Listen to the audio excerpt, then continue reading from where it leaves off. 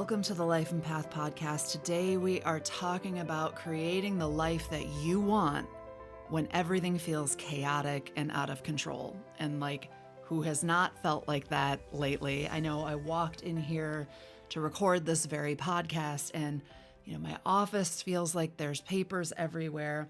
I set up my mic and spill my coffee all over the place and have to throw my pants in the sink and soak them, and I have towels on the floor soaking up the coffee. But you know what? I had to sit and record this today. I had to sit down and get this episode done. And so I hope that little story gives you a bit of permission. If there's something that you've been wanting to do and you've been wanting to do it for so long, but you want to do it perfectly, that you can have the permission to have it be a little imperfect and just get started on it. So we are going to get into ways that you can proceed even while the circumstances don't feel perfect, even when things feel like this is not the right time to start. I want you to leave this episode feeling like today is the exact right time for you to start, the exact right time for you to step fully into yourself, even if it's imperfect, especially if it's imperfect, just to take some action, get some data, and get moving. So let's get into it. So there are a lot of things going on in the world right now, a lot of things that feel out of our control. There's a fire over here to look at. There's something to look at over here. And now this thing that I love is in danger of being gone, and on, right? Things that are going on right now affect all of us in some way. And then you've got your life. You've got your day-to-day, the things that you're doing, the things that you want to do, the job you want to stop going to, the goal that you have. And it feels like maybe they're in conflict right now. Like, when these fires go out is the time I can start on this. And if these would just go out, if this would just stop happening, I could get started. And I am resentful that all of that is going on because it's stopping me from doing what I want to do. And here's the thing, we all want to wait for that perfect moment. That would feel so good to our nervous system if everything was aligned and we could launch from that place of safety, from that place of security, from having all the money, from having the perfect job, from not having the perfect job, on and on and on and on. If we could launch from that point, that would be amazing. That's what our body wants. But you know, and I know, that we have done hard things. You have done hard things. And has it ever been a perfect moment to try to do that hard thing?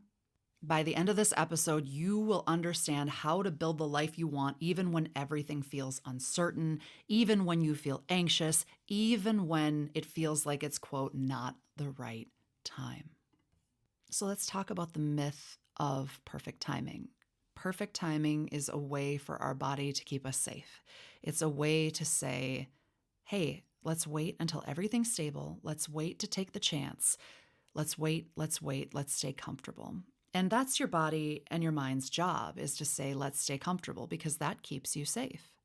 You will be safe, you will be secure if you're always getting that paycheck. You will be safe if you stay in that relationship, because even though it eats you up and you know you don't like it and you know there's more out there for you, you know what you're dealing with. And so whatever it is, there will come a point where it isn't so stable anymore. That job could lay you off at any time. And so there's a myth that staying is stable. And so I'd like to invite you to look around at your actual life and see, is it really stable? Do I really not worry about getting laid off? Do I really like being in this friendship? Do I trust this person? Do I really want to stay in this city? Is that really the safe thing to do? Or is there something else out there for me? So I want to give an example in my life, and there are many. Every single time that I have gone into something that was what I wanted, it was uncomfortable. It felt destabilizing. I had to breathe through it, get used to it, and stick with it in spite of feeling not good about it. And I don't think people talk about that enough, that when you get what you want, you might not feel good right away. And maybe ever. You may never acclimate to it if you don't do the work. And so the story about me is I moved from a townhouse, a smaller place that I was really grateful for and really loved, but we outgrew it. And I wanted to move to a place with a yard so I could do gardening. And in this home, moving here was so destabilizing for me. So when we moved here, I had lived in an apartment. I've always lived in apartments until we bought the townhouse, and I'd never done lawn maintenance. I'd never had to maintain a house. It wasn't something that I knew how to do. I mean, even just existing in a neighborhood was something completely new for me, because in the townhouse we lived in, like, we didn't talk to anybody. So we just kind of stayed on our own. And just becoming a person that I never was, not growing up in that kind of environment, made me feel really destabilized, made me feel like everything was going to come crashing down because it didn't make sense. I couldn't make it make sense because there was no history to compare it to. And so I spiraled. Like, I worried about being here. I worried about losing this place. I worried about stretching to purchase it, and that we had stretched way too far. We didn't, but it felt like that. And for so long, I regretted that we bought this place. I mean, I think it took me at least 6 months to feel fully comfortable in this home. And now I look back and I am so, so grateful we bought when we did, but the market looked so high. It looked like the right time to wait. People around us thought we were kind of crazy for buying it because it needed so much work, and it still needs a lot of work. Now, the market has gone up so much since then that even if it takes a dip, like, we are still in a really good position. And that was because we took a risk, because we saw that this was a good property, that the time to move was then, that we were okay taking the risk in making the purchase. And we had to trust that it was going to be okay, even though I did not feel like it was going to be okay. Like, it wasn't like I made the switch and all of a sudden I'm good. And that story is all to say that everything in my life, and I'm sure in yours, comes with a prepayment. We are betting that our gut instinct about the thing we want to do is right, and we are going and getting information by giving it a try. However, like, your body is telling you this is not safe, and your body and your mind and your soul are also saying, but I crave this, but I want this, but I need this. And they're in conflict, and they're not letting the other win because they want you to do this dance and remain safe. And so that's where we have to spend a little bit of time calculating what next risk is going to feel okay, and what we can try on and how that can feel. Before you even take the risk, you can try it on. And that's the beauty of doing coaching and therapy, is talking about future you and what limitations come up, and starting to get comfortable for it, starting to get comfortable about it before you even move into that new life. Now, how about using that chaos as creative fuel? So disruption always creates opportunity. Big businesses are created during economic downturns. There are opportunities out there even when things feel chaotic. And this is coming from someone who grew up on public assistance, went on to have a tech role where I was making over 100K, and left that even though it didn't feel like the right time to do it, to become an entrepreneur. So if you are taking a bold risk during chaos, during anxiety, during times where it doesn't feel like the right time, you are ahead of the game. You are ahead of everyone else who is just hunkering down and sitting there. And in a few years' time, you're going to look back and be so grateful that you took that opportunity. So whatever it is you want to try, whatever goal it is that you want to do, you're seeing the things that are going on in the world. There are opportunities within that. There are opportunities for you to be a leader within it, for you to speak about things that are going on, for you to speak about things that are going on as they relate to your goal, your business, your book, your art, all of those things.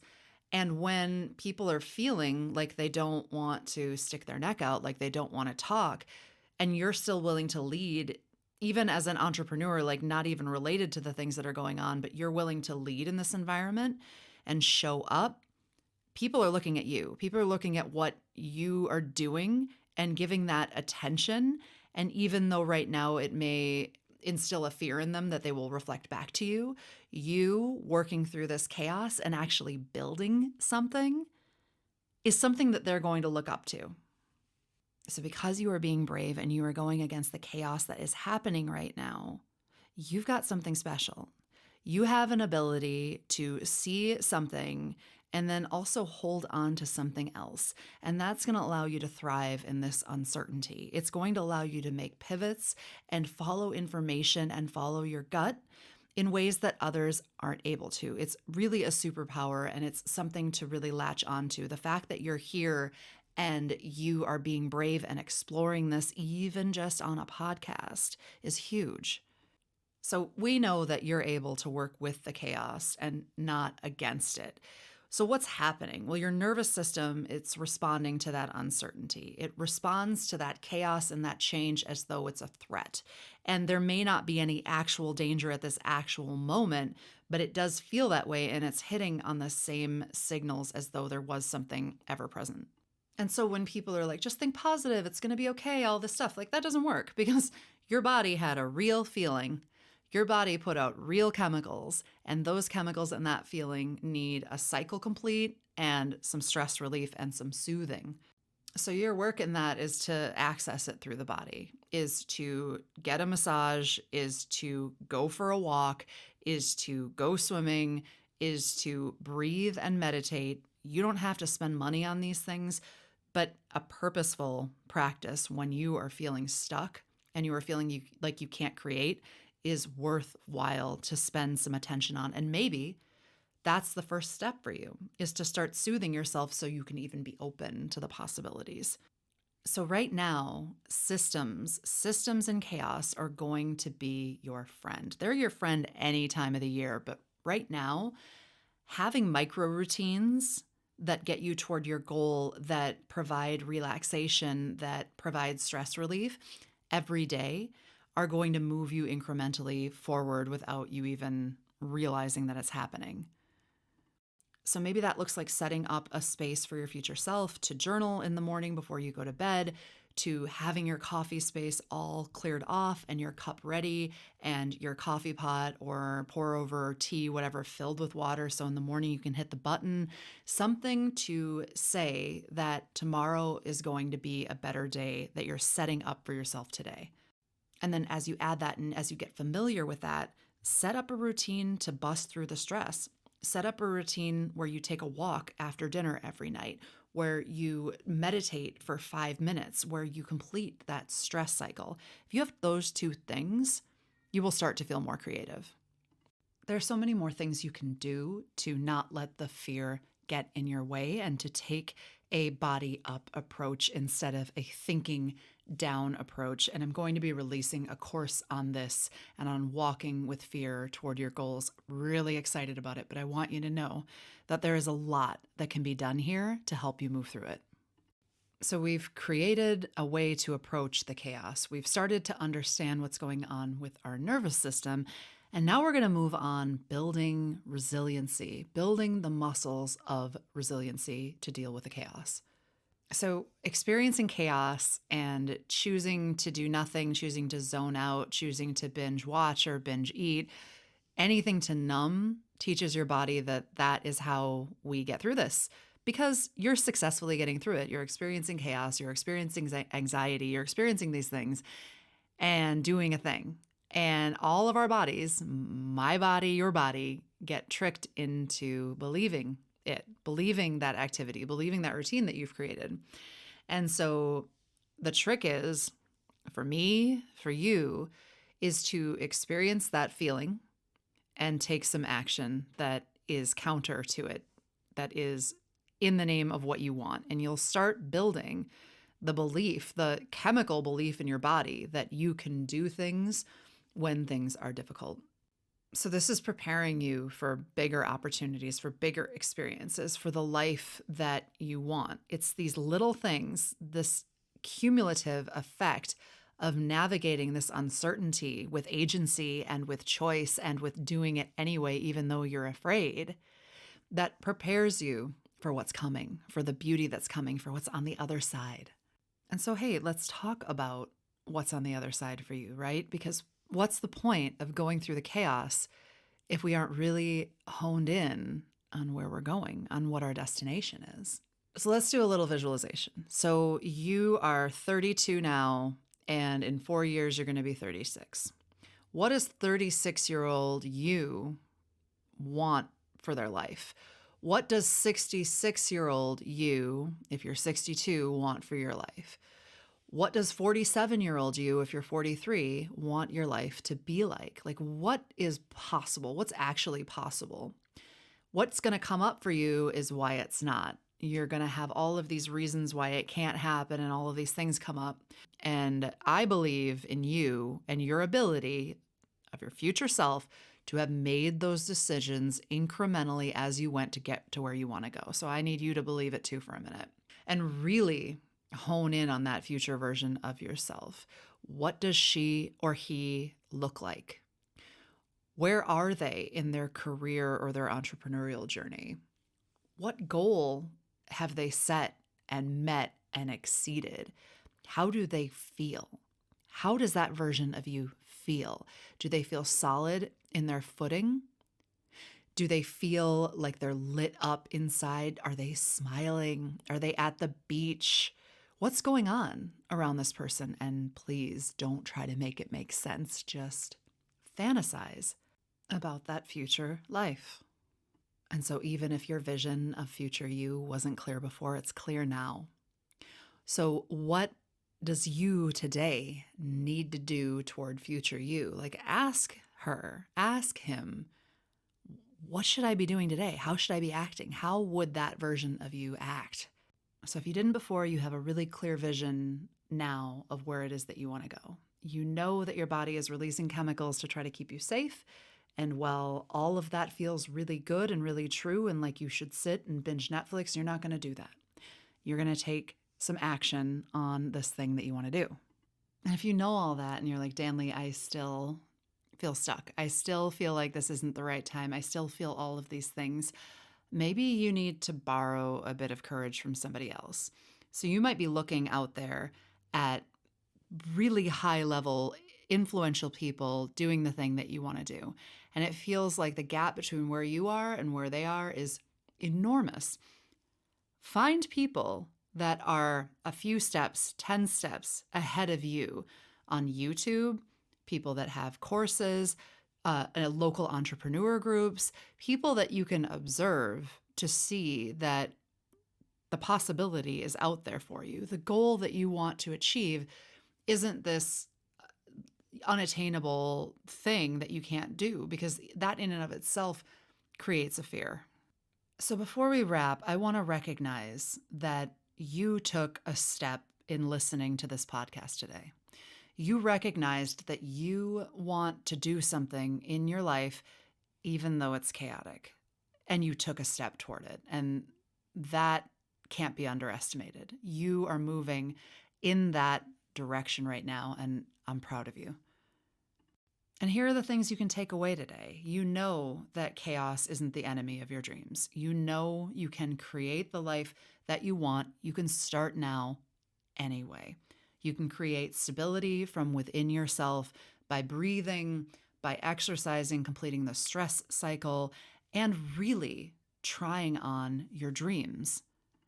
And you are growing, even though there's chaos, even though there's uncertainty, even though you feel anxiety. You're a person that takes steps toward what you want. And your body is going to learn that the more you do it. You are not ever going to feel fully comfortable or fully like it's the right time, but you're going to feel more comfortable with that being the way you proceed.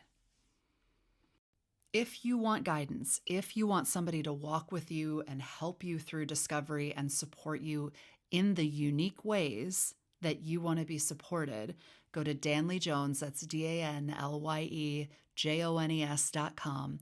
Set up a free call with me. We can get to know each other and see if coaching is right for you. I would love to to work with you.